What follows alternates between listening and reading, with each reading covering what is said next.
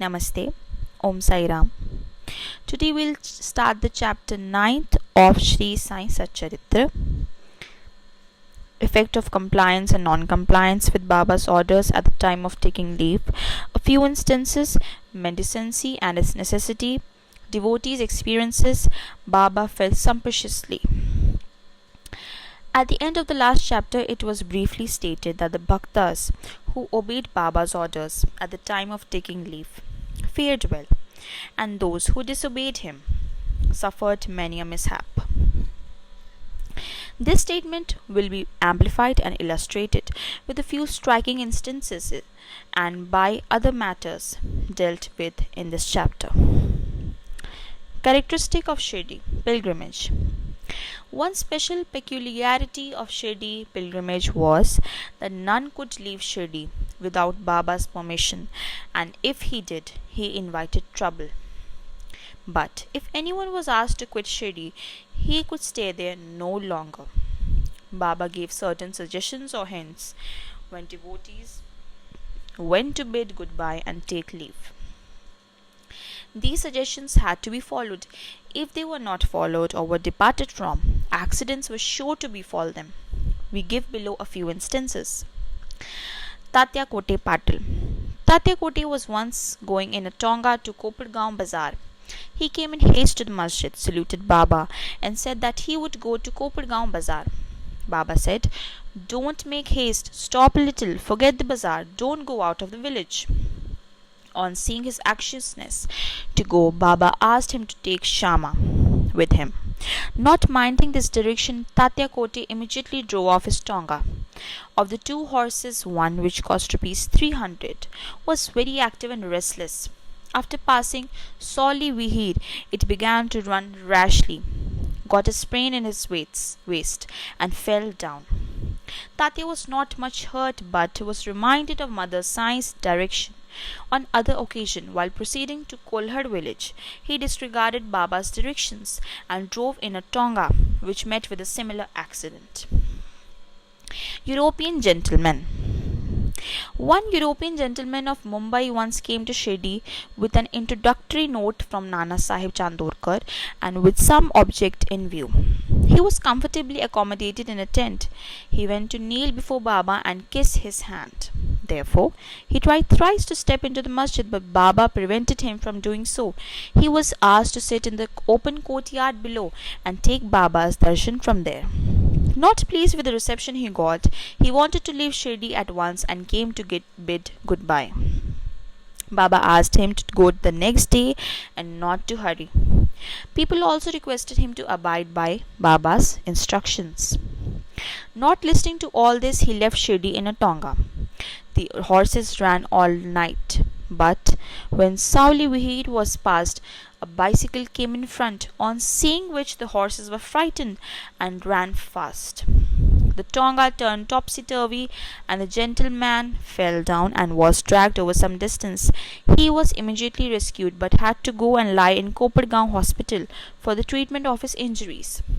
Such experiences were legend, and people learnt the lesson that those who disobeyed Baba's instructions met with accidents in one way or the other, and those who obeyed them were safe and happy. The necessity of men decency. Now, to return to the question of mendicancy, a question may arise in the minds of some that if Baba was such a great personage, God manifest, why should he have taken recourse to begging bowl throughout his life? This question may be considered and replied from two standpoints. First, who are the people who have a right to live by the begging bowl? Our Shastras say that those persons who, after getting rid or becoming free from the three main desires, for progeny, for wealth, for fame, and accept sannyas, are the fit persons to live by begging alms. They cannot make cooking arrangements and dine at their home. The duty of feeding them is laid on the shoulders of householders. Sai Baba was neither a householder nor vanaprastha. He was a celibate sannyasi, that is, sannyasi from boyhood. His firm conviction was that the universe was his home. He was the Lord Vasudeva, the supporter of the universe and the imperishable Brahma. So he had full right to take recourse to begging Now, from the standpoint of Panchasona, five sins and their atonement, we all know that in order to prepare foodstuffs and meals, the householders have to go through five actions or processes: Kandani, pounding; Peshani, grinding; Udkumbhi, washing pots; Marjani, sweeping and cleaning; Chuli, lighting hearths. These processes involve destruction of a lot of small insects and creatures, and thus the householders incur sin. In order to atone for his sins, our Shastras prescribe six kinds of sacrifices: Brahma Yagna, Veda Dhyan, Pitri Yagna, Dev Yagna, Bhuta Yagna, Manushya Atithi Yagna.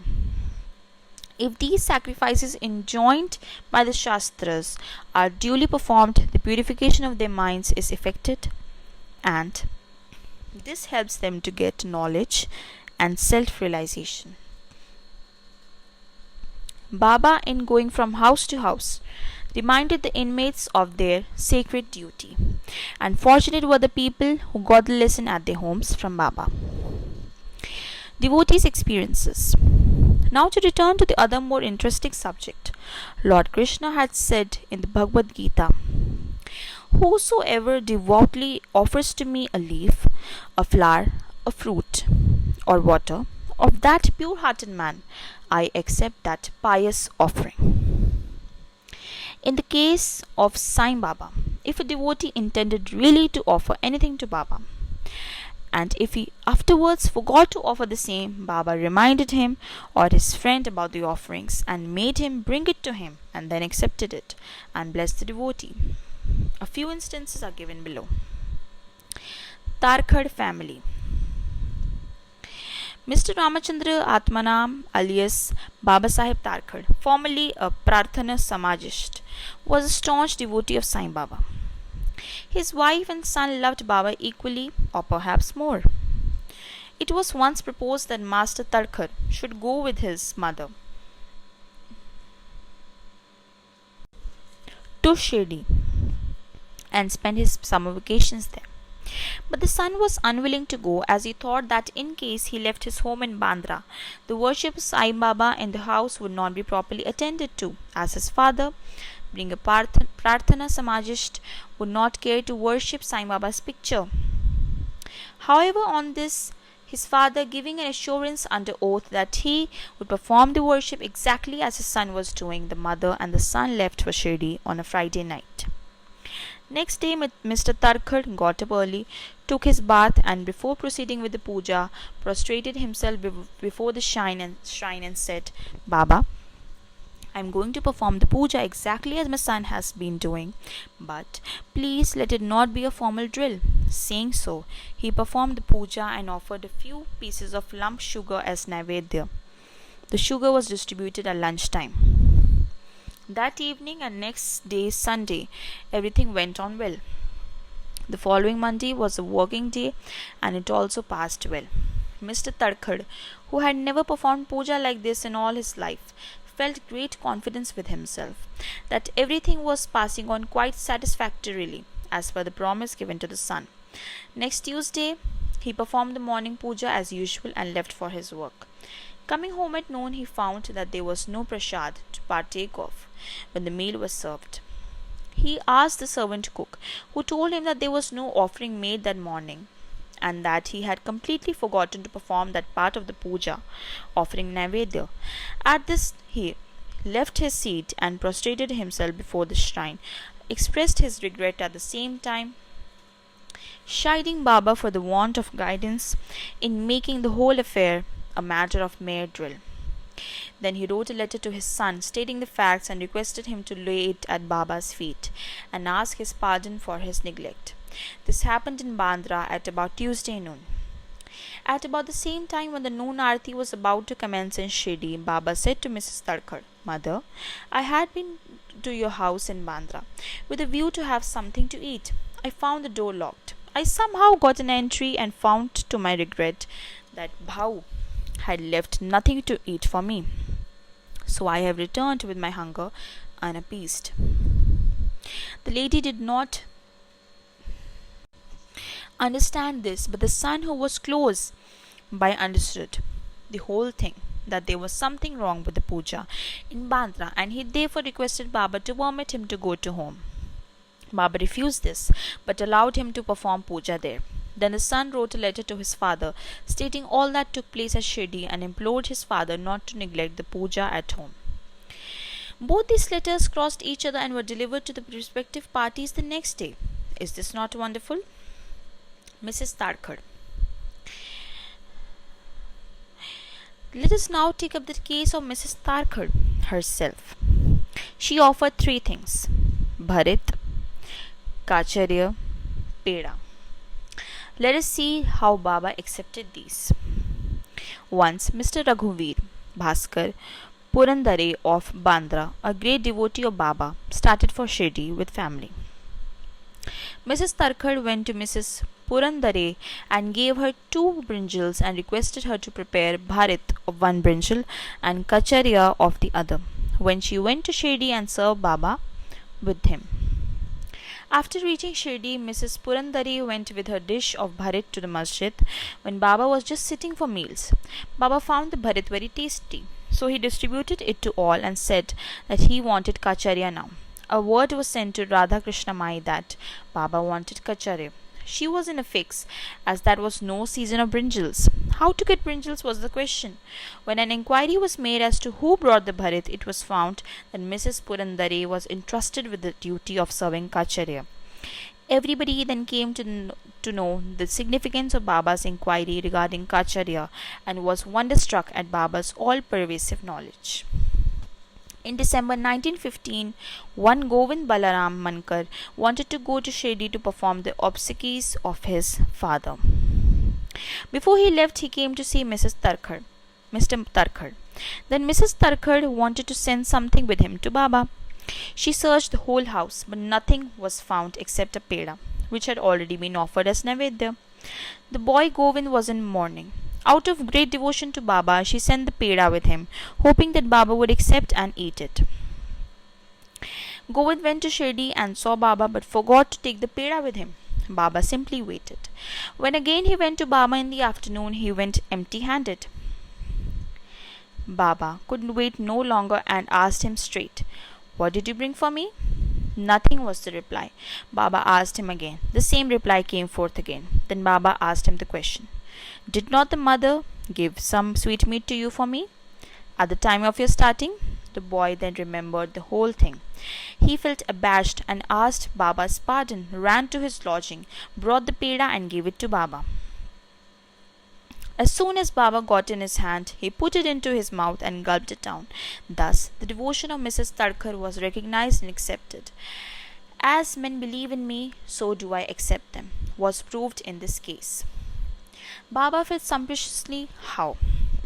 Once Mrs. Tarkar was staying in a certain house in Shady. At noon, meals were ready and being served. When a hungry dog turned up there and began to bark, Mrs. Tarkar got up at once and threw a piece of bread, which the dog gulped with great relish. In the afternoon, when she went to masjid and sat at some distance, Sai Baba said to her, "Mother, you have fed me sumptuously. My famished pranas have been satisfied. Ever act like this, and this will stand you in a good stead. Sitting in this masjid, I shall never speak untruth. Take pity on me like this. First give bread to the hungry, and then eat yourself. Note this well." She could not understand at first the meaning of what Baba said. So she replied, "Baba, how could I feed you? I am myself dependent on others and take my food from them on payment." Then Baba replied, "Eating that lovely bread, I am heartily contented, and I am still belching. The dog which you saw before meals and to which you gave the piece of bread is one with me. So also other creatures, cats, pigs, flies, cows, etc., are one with me. I am roaming in their forms. He who sees me in all these creatures is my beloved. So abandon the sense of duality and distinction and serve me as you did today." Drinking these nectar-like words, she was moved. Her eyes were brimmed with tears. Her throat was choked and her joy knew no bounds. Moral: see good in God in all beings, is the moral of this chapter. The Upanishads, the Gita, and the Bhagavad all exhort us to perceive God or divinity in all the creatures. By the instance given at the end of this chapter and other numerous to mention, Sai Baba has practically demonstrated to us how to put the Upanishadic teachings into practice. In this way, Sai Baba stands as the best exponent or teacher of the Upanishadic doctrines. Bo to Sri Sai, peace to be all. Om Sai Ram.